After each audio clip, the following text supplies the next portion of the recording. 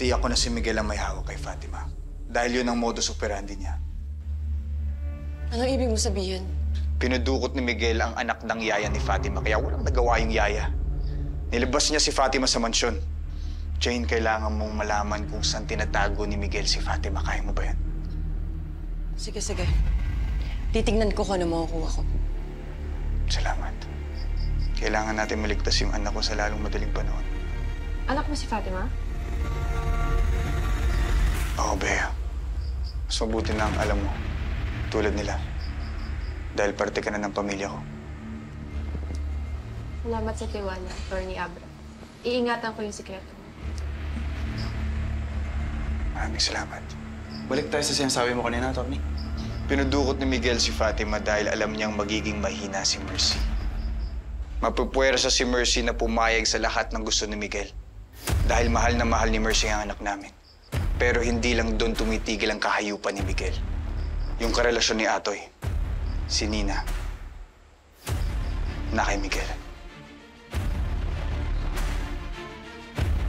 At yun ang dahilan kung bakit tinura ko ni Atoy bilang mastermind sa tangkang pagpatay kay Judge.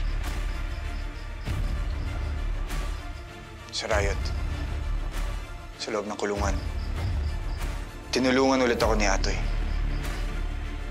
At bilang pagtanaw ng utang na loob, nangako ako sa kanya na liligtas natin ang karelasyon niyang si Nina. Kaya kailangan natin iligtas si Nina.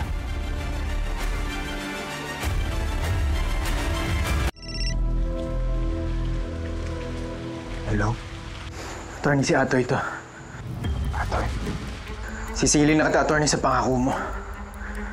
Magkita tayo. Ikaw lang at ako. Saan?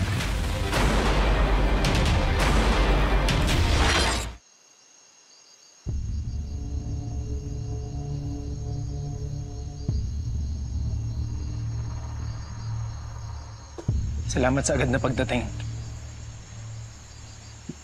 2 beses mo na niligtas ang buhay ko. Malit na bagay ito kumpara sa ginawa mo para sa akin. Kailangan kong tulong mo para mahanap kung saan tinago ni Balat si Nina. Abandonado na ang dating safe house na gamit namin. May project na ng grupo si Balat. Matagal na namin alam na siya yung handler mo. At may ugnayan siya kay Atty. Aguirre. Ibig sabihin, alam niyo kung nasan si Nina? Hindi. Pero alam ko kung saan nakatira si Balat. Kahit ako, hindi ko alam kung saan nakatira si Balat. Kailangan lang natin siyang pauwiin.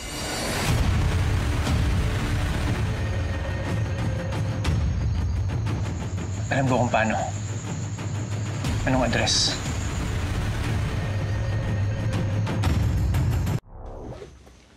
Mabuti na ang kondisyon ng pasyente.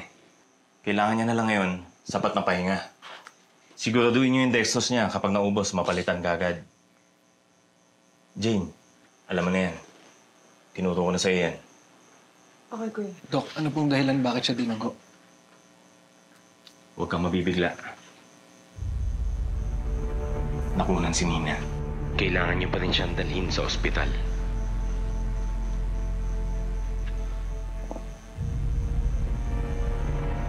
Tutuloy na ako.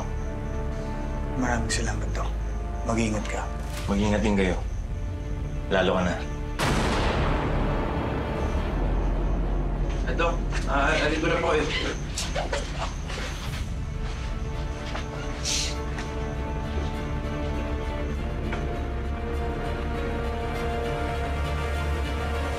Kasalanan to ni Atty. Aguirre. Papatayin ko siya.